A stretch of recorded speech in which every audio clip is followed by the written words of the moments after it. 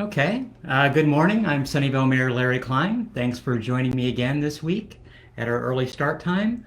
August is almost over, although we're supposed to have a hot weekend, so the dog days of summer are really here.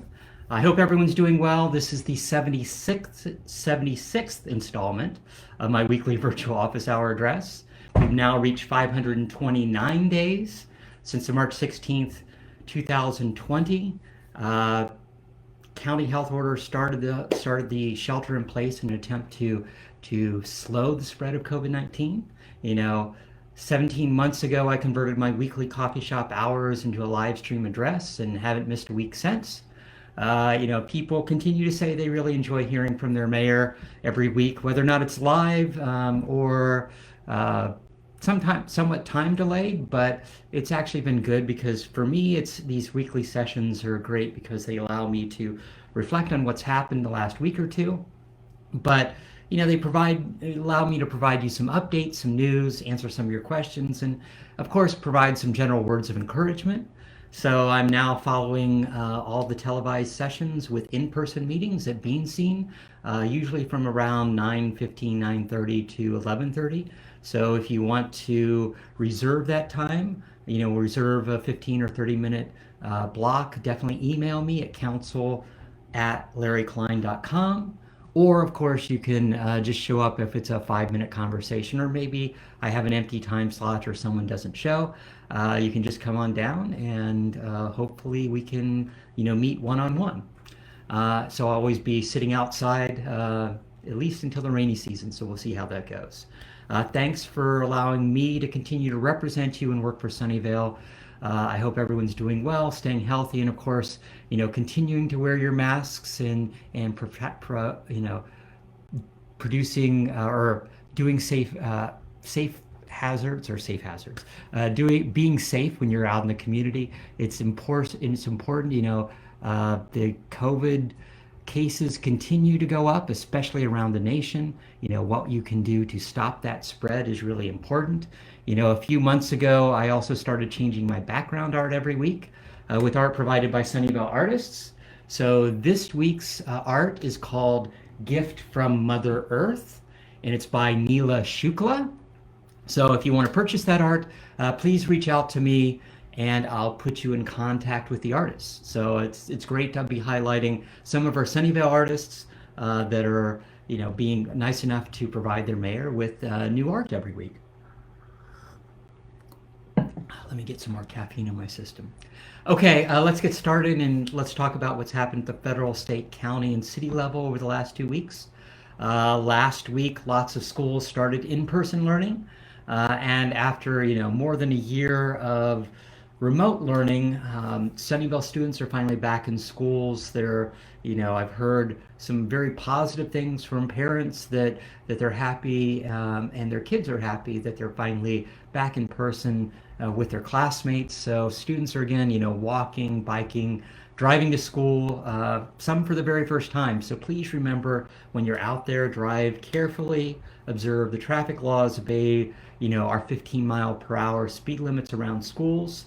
We about 2 years ago, council basically made all the school zones into 15 mile per hour areas.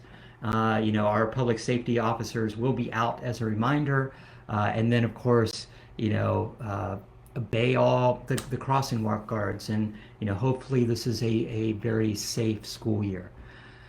Last Tuesday, Santa Clara County Board of Supervisors met, and I joined in for a lot of that meeting.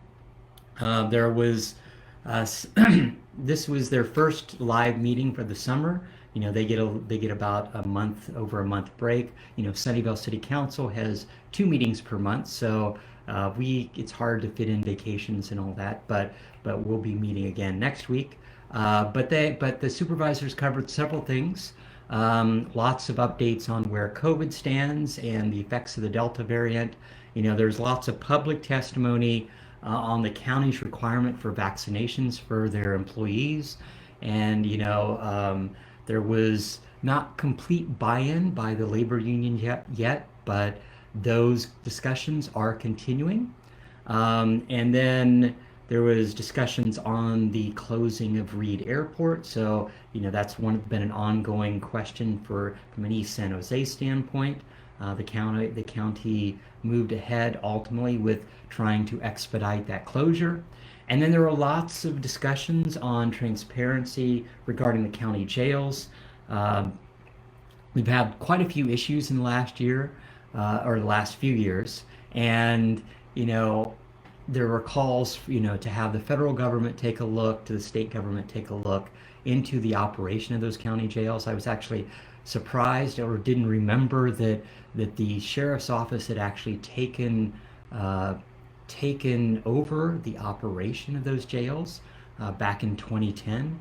And I'm not sure if that's a direct result of the issues, but maybe a contributing factor. I hear there's going to be something on this next Tuesday's agenda regarding the sheriff from the county supervisor standpoint. So we'll see where that goes. And then last Tuesday evening, council interviewed our applicants for our boards and commissions. So we do that on a quarterly basis. So we always have several positions open. Our next interview area or application period will be coming up, with the interview scheduled for mid-November. So that's upcoming. Our boards and commissions are always an important part of the process from a city standpoint. They review things. Some commissions, boards and commissions, make decisions, and then there are also recommendations to council on what the final decision should be. Last Tuesday evening, there was outreach for cricket batting cages. So council approved about a year and a half ago, approved a feasibility study for adding cricket batting cages to our parks. And now we're going through that process. There was a preliminary site analysis of our Sunnyvale parks, identifying potential locations for those, starting to gather community input, and then propose the preliminary batting cage designs and budget. So, and trying to get the funding sources is of course critical, but there was another outreach that happened last night, and then there's also an online survey that's open until September 10th. So if you want to give feedback on batting cages, where you'd like to see them, that online survey is available for those that want to give feedback into the final decisions that are going to be made. Last Wednesday, President Biden announced that he's directing all the nursing homes to require staff be vaccinated against COVID-19 in order to continue receiving Medicare and Medicaid funding. So, this is basically the Health and Human Services will draw up new regulations, and it's to make sure that all their employees are vaccinated in all the nursing homes that participate in Medicare and Medicaid. And so this is kind of the first time the Biden administration is basically threatened to withhold federal funds in order to get people vaccinated. So we'll see. It's been mainly, incentives up to this point. That's what the state has mainly been doing. Now it's kind of using the stick as opposed to the carrot. Last Wednesday there was a statewide fire update. There's fires up and down the state. The Caldor fire is raging on, getting closer to Lake Tahoe. The air quality in Sunnyvale has been, not too bad this week, but last week definitely there were a few days that weren't well, and it's mainly from those burning fires that are here in Northern California. And it's important for residents to make sure that if you smell smoke, protect yourselves, trying to avoid exposure. If possible, stay inside, with doors closed, windows closed until the smoke levels subside. Hopefully, we won't be hit by that over, in the next few days. Definitely this weekend's going to be hot, and so making sure that people can open up their windows in the late afternoons when we get that breeze, or the evenings, is really important. Last Friday, after our morning session, Governor Newsom proclaimed a state of emergency in El Dorado County due to the Caldor fire. And so the Caldor fire has now burned more than 6,500 acres, and it threatens homes, power lines, and it's causing evacuations of thousands of residents in that area. So that's been ongoing for a while now, and it's still not in control and still expanding. So definitely we've sent certain fire personnel on our in our public safety department to help out. So dispatcher, several officers over the last month to help out with the fires around the state, and that's the mutual aid that cities provide when any event happens. So in the case of ongoing fires, it's helping out from that standpoint. When it's the case of police activity, we often surrounding cities or our city, we send our police officers, our public safety to other cities to help out if there's mutual aid request or similar when things happen within our cities. On Sunday, I took part in the inaugural Stars and Strides run in downtown San Jose. So it was a 5K and 10K. So I decided on the 5K, but it was a nice flat course. Really enjoyed it. This is a new run sponsored by Bloom Energy, and it was so Bloom Energy organized it, but all the funds raised went towards the Valley Medical Center, which has been so critical to the county's health, but especially during COVID. But it was great to honor all the frontline healthcare workers who work there, and basically a lot of medical companies came out to show their support. So it was nice to see some friends in person that I haven't seen for a while, of course, except over virtual meetings. But it was good to just be out there and honor the healthcare workers and meet some of them. So it was a good way to spend that morning. On Monday, the FDA finally did full approval of Pfizer's COVID-19 vaccine for individuals 16 and older. So that basically paves the way for the Pentagon to mandate the vaccine to all the active duty service members. Full license has been widely anticipated. I thought it wouldn't happen until September, but it finally did go through in August. And so this will hopefully make it a little bit, safer or a little bit easier for those that have been hesitant to receive that shot under the emergency approval that we had before. So, if you haven't received your vaccine shot, definitely there are lots of opportunities around the county to get that shot. And we had another one this week, but there's clinics around the county, lots of CVS, Safeway, Walgreens stores that are providing the vaccine. So definitely go out and get your shot if you haven't already.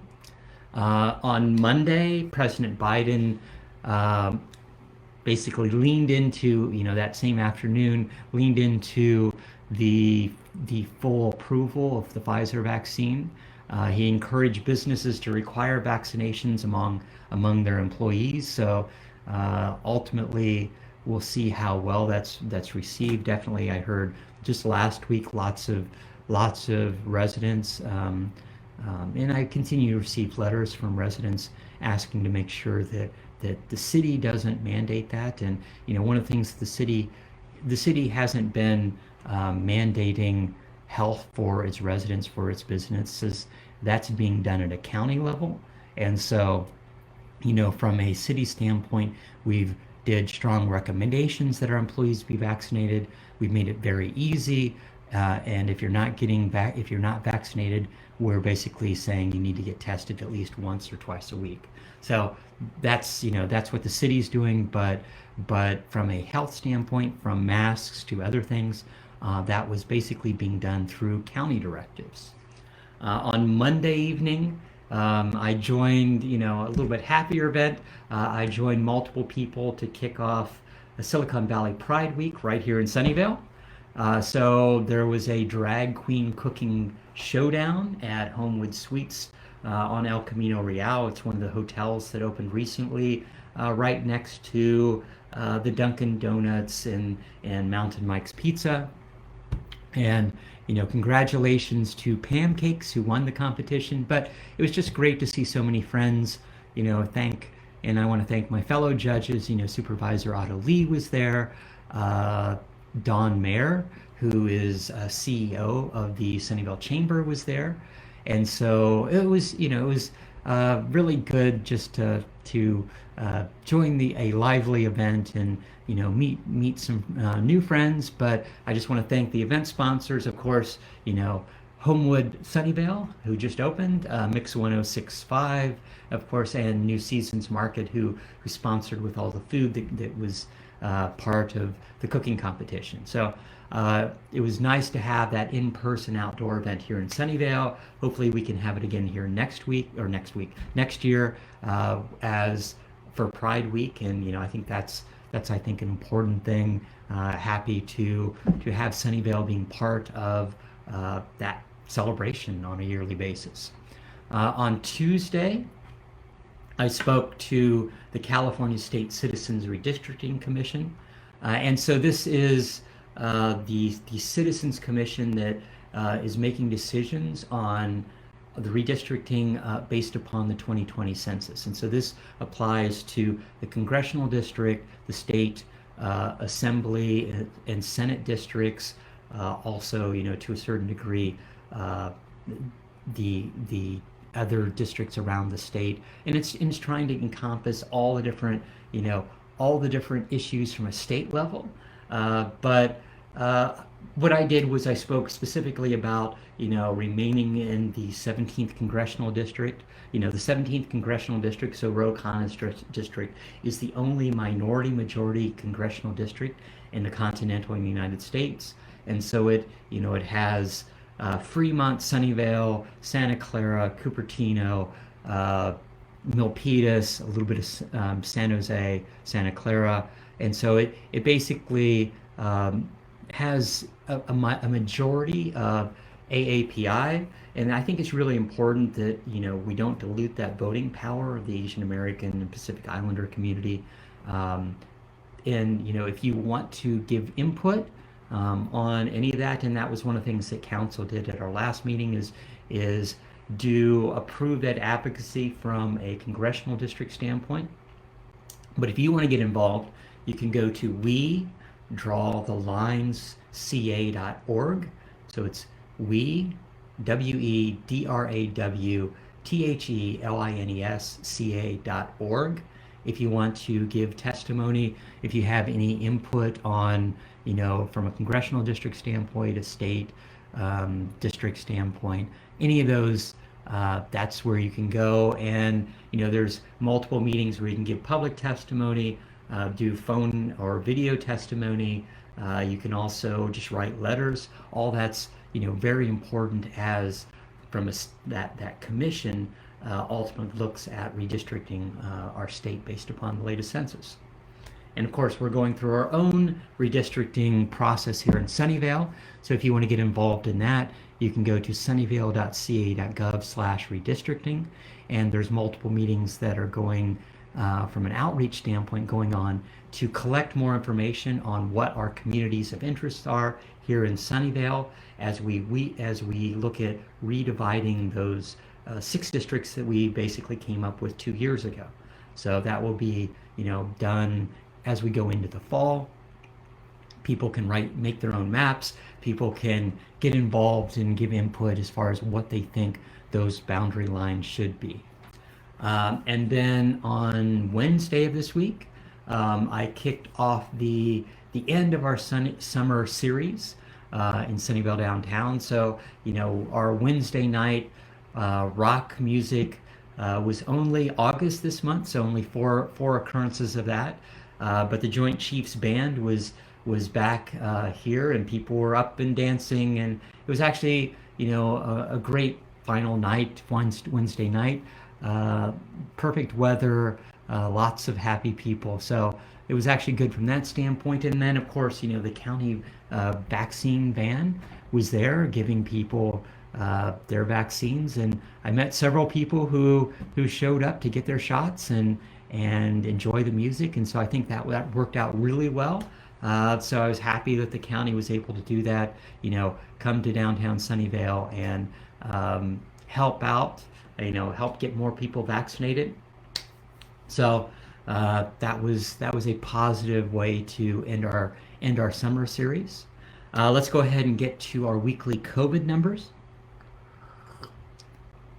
Definitely, the Delta variant continues to affect, the nation, the county, mainly, it's from a nationwide standpoint. The counties leveled off a little bit, but for new COVID cases at a national standpoint, we've now reached 38.4 million cases. That's more than 1.2 million new cases just in the last week. And last week we had 900,000, so we've actually increased quite a bit. We've topped the million mark in just a week. And nationally at least, we've had 202 million people vaccinated with at least one dose. So that's about 73% of adults, and almost 63% of adults are fully vaccinated. So that's good, but we still see the number of cases come up, and with the number of cases, the number of deaths has now reached 631,000. That's more than 8,000 in the last week. And a week ago we had 6,000 from the week before. So a lot of more people are getting exposed, and a lot more people are dying because of COVID-19. From a California standpoint, we've had 4.1 million positive cases. We're now over 11,000 new cases a day, about the same as last week. That Delta variant is the main effect.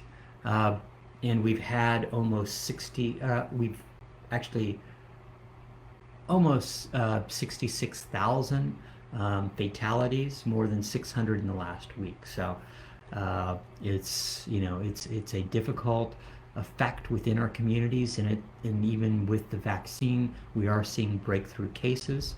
On a positive note, we've had over 46 million vaccines administered, about 700,000 just in the last week. That's up from 600,000 a week ago.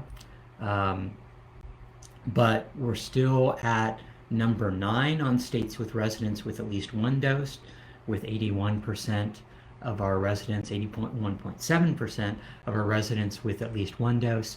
And we're still at number 16 on states with residents that are fully vaccinated, with 66.5%. From a county level, we're fairly stable. We've now reached almost 132,000 cases. That's about 2,000 since last week, but that's the same thing as we had a week ago. 2,000 from the week before that, and we've had another 5 deaths in the county. So we're at 1,721 deaths because of COVID.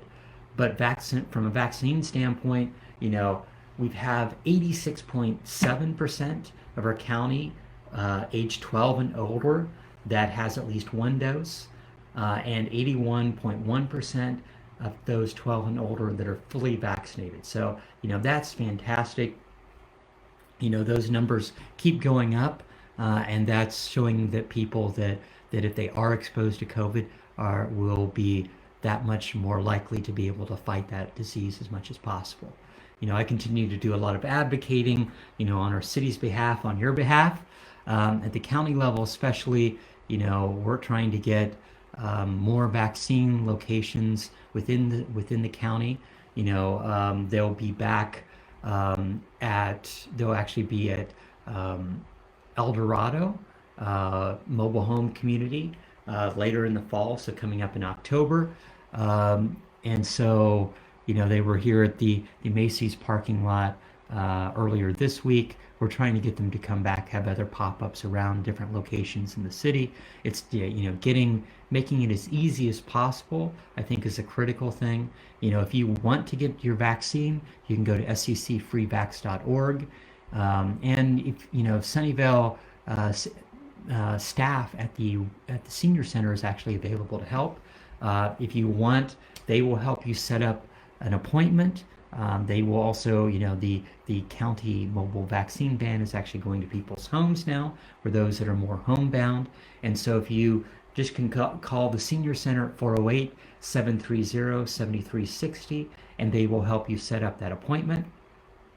And of course, if you need to get tested, and testing's a little bit more difficult than it was before, you can go to sccfreetest.org, and you can find the locations of where to get tested. And of course, if you want to find out where you can get vaccinated, go to sccfreevax.org. So definitely, there's, from a health standpoint, it's in everyone's interest. As far as upcoming events, there's lots of things upcoming. This week, of course, has been Silicon Valley Pride Week. It's the South Bay's version of Pride Month that happens in June. So it's a little more localized. And so I talked about this past Monday event, but of course, Sunday is the Pride Parade in downtown San Jose. So Sunday morning, from starting at 10 a.m. going to about noon. It's all along Market, so it's not that long of a walk, but it starts at Julian Street, and it's for, there'll be definitely groups, but it's pretty much for anyone. You can either watch the parade or you can join in. So definitely consider joining the fun, either walking or walking or just watching on Sunday. Actually, tomorrow, so Saturday night, is the last of our standard jazz event on Murphy Avenue, and this is East Side Funk. Will be downtown from 6 to 8 p.m. Definitely, the Downtown Association has done a great job trying to deal with the ever-changing issues of opening up under COVID. There'll actually be a second event on September 4th. So there will be kind of an additional September 4th event in downtown. So we'll talk a little bit about that. But for tomorrow night, Saturday night, East Side Funk will be there, and they're always a popular band as far as Sunnyvale is concerned. Next Tuesday, Council will have our last meeting of August. We'll start with a resolution of support for the people of Afghanistan, and definitely, my heart goes out to the families that are there, the people that are there, our soldiers that are in harm's way, and so it hasn't been an easy week to be watching the news of what's been happening there. So ultimately, this is a resolution for those families, so you can read that resolution. That'll be one of the first things on our agenda. We'll also be reviewing the data that was collected for the closure of the eastbound lane of Tasman Drive. We closed that during the pandemic to create an area to walk between Lawrence Expressway and Tasman. That whole area. When the light rail went in, about 30 years ago, there was pushback to not make the sidewalk, to keep the trees along that area, and ultimately the light rail went in. There's not really good bike lanes. There's just 2 lanes of traffic, and so during COVID, it was seen as trying to make that as safe as possible. But ultimately, council, we consider whether or not to extend that lane closure, as employees begin to return to the workplace at Moffett Park especially. And so, I've gotten letters on both sides of that, and we'll see what council does. And we'll also consider removing online street parking for Willow Avenue. And so that's the area right next to Lawrence Expressway, just south of the Caltrain station, at the Lawrence Caltrain station. And so that will be to create buffered bike lanes along that area and remove some of the street parking. And we'll also be appointing some of our board and commission members for the open positions from our current quarterly search for our boards and commission open seat members. And then on Wednesday, September 8th, council will have a special hearing to review the Planning Commission decision from July to develop the eastern portion of Fremont Corner. So this is where Jake's Pizza is and several of those buildings. So the plan was to develop that existing shopping center into several things, one of which was about 8,000 square feet of commercial space, and then about 50 four-story townhome style condos. So that would be on that eastern portion. And ultimately there's like two different applications, one of which is the eastern portion, the center portion where sports, where let's see, 24-hour sports and a few smaller stores are. That isn't part of the application. And then there's a second application for the west side, and so that's a different application going through that process. And of course the gas station is separate also from all that, from the west portion. So the gas station and the 24-hour fitness is separate, but this was called up to review from a planning commission standpoint the eastern portion. And one of the reasons why this was being reviewed, I think, is looking at part of that decision what the planning commission made. So we'll see. I haven't read through what the staff recommendation is on what changes might be requested, but it's council's opportunity to kind of go back and take a look at what was being requested there. Let's go ahead and get to, and actually there's an additional meeting from a council standpoint.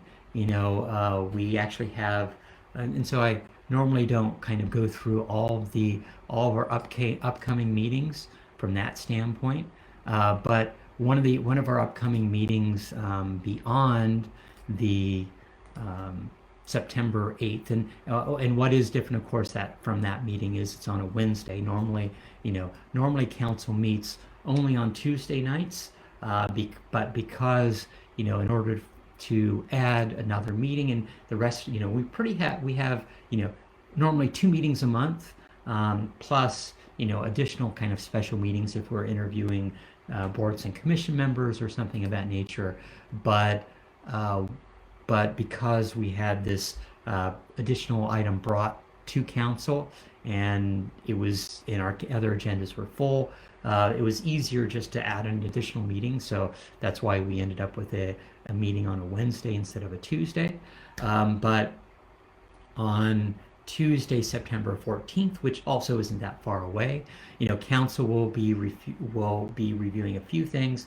But the big thing about that meeting that evening is the study sessions. So at study sessions starting at 4:30, we'll be talking about 2 things, one of which is the creation of a kind of a formal process for memorandums from council, so it makes it easier to kind of propose new issues.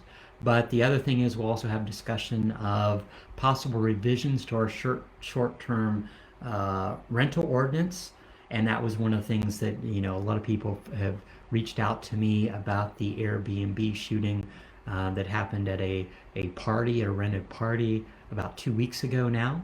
And, that's an ongoing investigation. I've been, talking directly with Airbnb, and public safety has been working with them in doing that investigation. There was a meeting with residents earlier this week, but that's another opportunity for council to hear what other things we can do to change our short-term rental law that went in place back in 2016.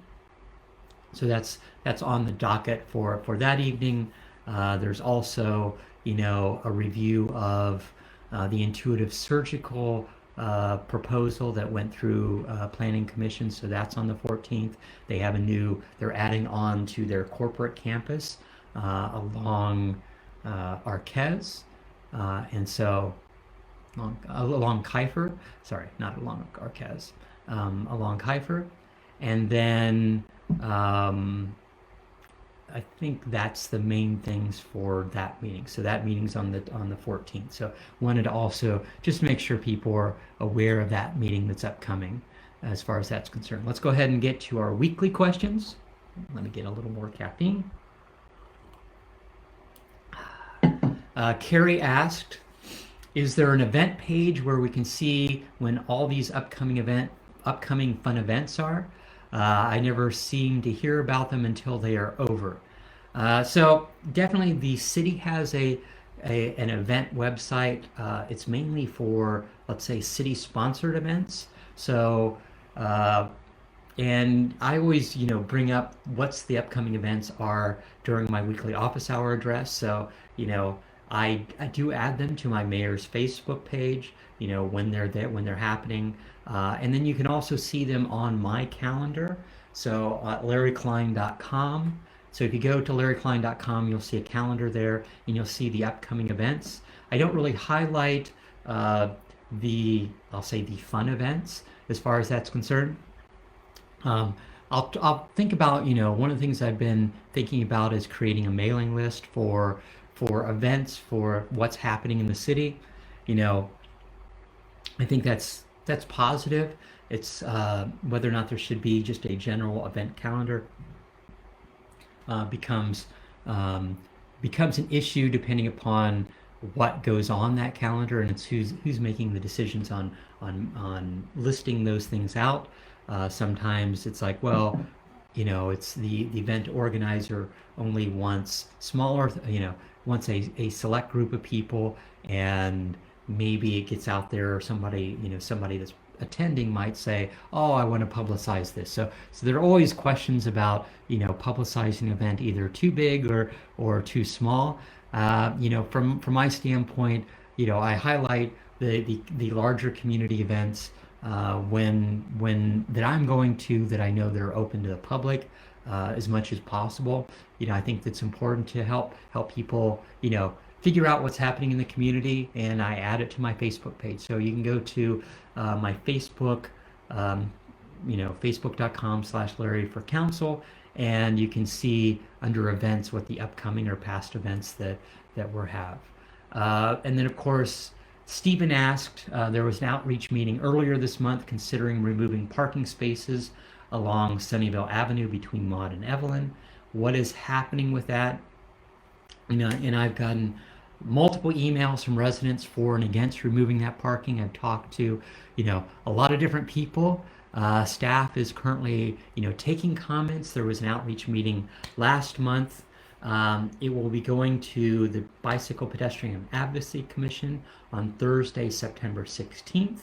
So if you have comments that you would like to make on either adding those bike lanes or removing parking, that's your chance to do it at the BPAC standpoint, and then it'll be coming to council on September 28th. So that's your chance to give your feedback to council when those final decisions on what will be done with those parking spots.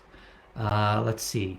Next question. Debbie asked, when is the Washington Park Swim Center going to open? So good news. They finally got all their equipment installed. They're doing, the final, there were, let's say, some final changes that were done during the review. So on the final permitting, health permitting, there are several small fix-it items that had to be done. And so that will be officially opening on September 9th. So definitely, mark your calendars. And you can go on the city website as far as reserving lanes and things of that nature. But definitely, I've heard from a lot of people that have been by and seen the new artwork, as well as just taking a look at the pool. It really looks amazing. They finally had a few of the diving platforms added. They've basically, done some additional landscaping. They've added some benches. It actually looks really fantastic. The art is great. So if you get a chance, go by. Just keep as a reminder, the Washington Park Swim center will be open year-round, so it is a heated pool, and so as long as people are actively using it, as long as we can staff it correctly, it will be, our year there all year round, and it's heated, and I look forward to using it, later this winter. And then let's see, Cynthia asked, what's going on with the Target ceiling tiles that are falling? When will Target reopen? Well, last week, last Friday morning, I had been told that it was just some ceiling tiles. They would be opening, Monday or Tuesday of the following week, and so that's what I said here. That being said, things have changed dramatically in the last week. Ultimately, as they did more investigations, it looked like it was not just ceiling tiles, but had something to do with the fire protection within the Target. So they did an announcement last weekend. So they did a press announcement that our Target would be closed for the rest of the year. Now, I'm hoping that city staff is working with them, trying to get a better handle on what needs to get done.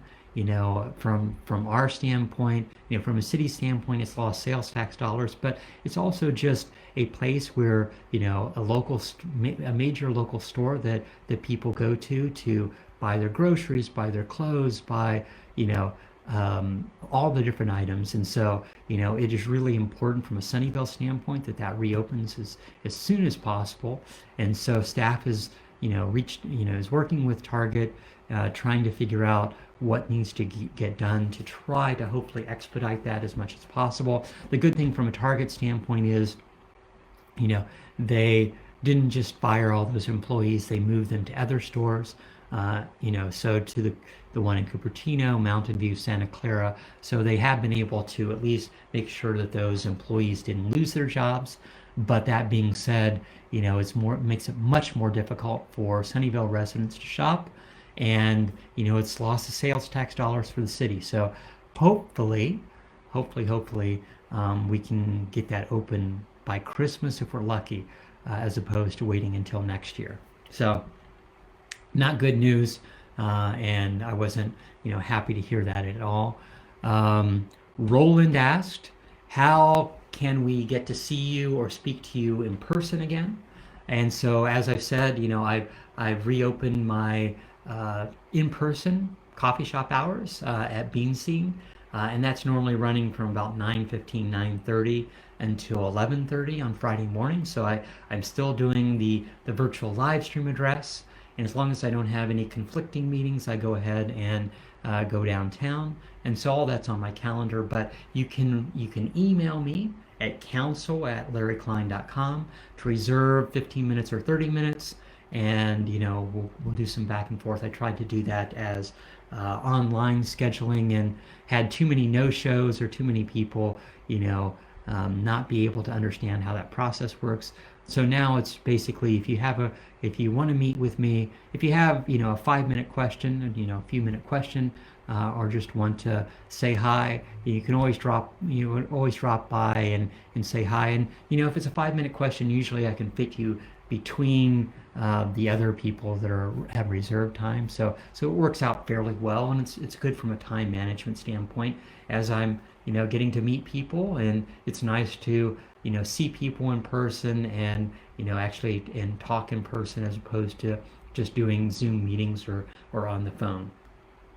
Rich asked, when is the new OSH opening? So we had both of our, when Lowe's purchased OSH a few years ago, they ended up closing down all the OSH locations, but Outdoor Supply Hardware, their new brand, should be opening on Hollenbeck sometime in October. So that's at the old Safeway location on Hollenbeck. It's right near Homestead. So they do have hiring signs up. So happy to see that they're getting closer to actually opening up their store, and can't wait to visit that new location. Chuck asked, will there be an art and wine festival this year? So yes, the Sunnyvale Chamber is putting that on. It's scheduled for the first weekend in October. So that will be October 2nd and 3rd. And I think that's all the questions that is going on. Cynthia asked, what is the status of RV parking? Have you been able to find a place so we don't have to see them around random places in Sunnyvale? They need a safe place to park. So I've been working with several of the churches, and we have a whole permitting process to get them approved if they're willing to put that up. I've actually, from a different standpoint, there's a Life Moves. So Life Moves had opened up a location in Mountain View. So they basically took a piece of property, brought in prefab living units. So it's family units with a shower and a bathroom, and there's also kind of single units with private bathrooms that are common.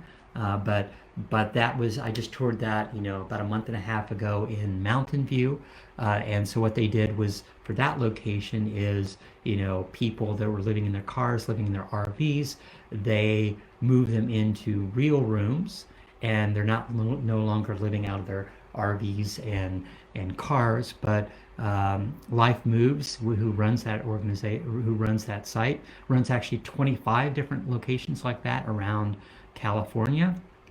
They're working with the city right now, looking for a location here in Sunnyvale. So hopefully we can see that move forward. Right now we have the every 72 hours RVs or any car needs to be moved. It can't be stationary at that site. And we have a few RVs. We have a few people sleeping in their cars that constantly kind of move around the city in random locations. We don't seem to have a congregated location like Palo Alto and Mountain View have, but still, it's trying to create a better place for transitionary housing, so that people can get the appropriate services, get into some regular operation, and ultimately conceivably have county health help them place these residents or these people that are living in their cars or are unhoused, place them in permanent housing. So that's one of the things that the city is doing, working with Life Moves, trying to find a good location within the city. Evelyn asked, are you going to be at Beansing today? So yes, I am. I have a 9:30 appointment and a 10 o'clock appointment. So if you come by at 10:30 or 11 o'clock, definitely you can drop by and see me. Or if you can get there around 9:15, I should be just getting settled. So the earlier you come, the better chance you have of talking, depending upon how much time you need. Okay, so I think that's it for the week as far as questions are concerned. Let's go ahead and wrap up. I just want to say it's been really good to actually have these meetings every week. It's great to see. It's great to have residents interact, even though it's remotely. But I just want to thank you for joining me again, as many of you do every week. I'm proud of Sunnyvale's response to the pandemic. Over the last year and a half, the future still is a little uncertain. New issues always come up, but your actions really do make a difference. Definitely get your vaccine if you haven't already. Continue to wear your mask. All that to make sure that you're safe and the people around you are safe. Continue to build community wherever you can. Sunnyvale will emerge from this as a stronger community. We're in this together. We will get through this together. Thanks for listening. Of course, have a fantastic weekend. Stay cool, stay safe. Until next week, goodbye.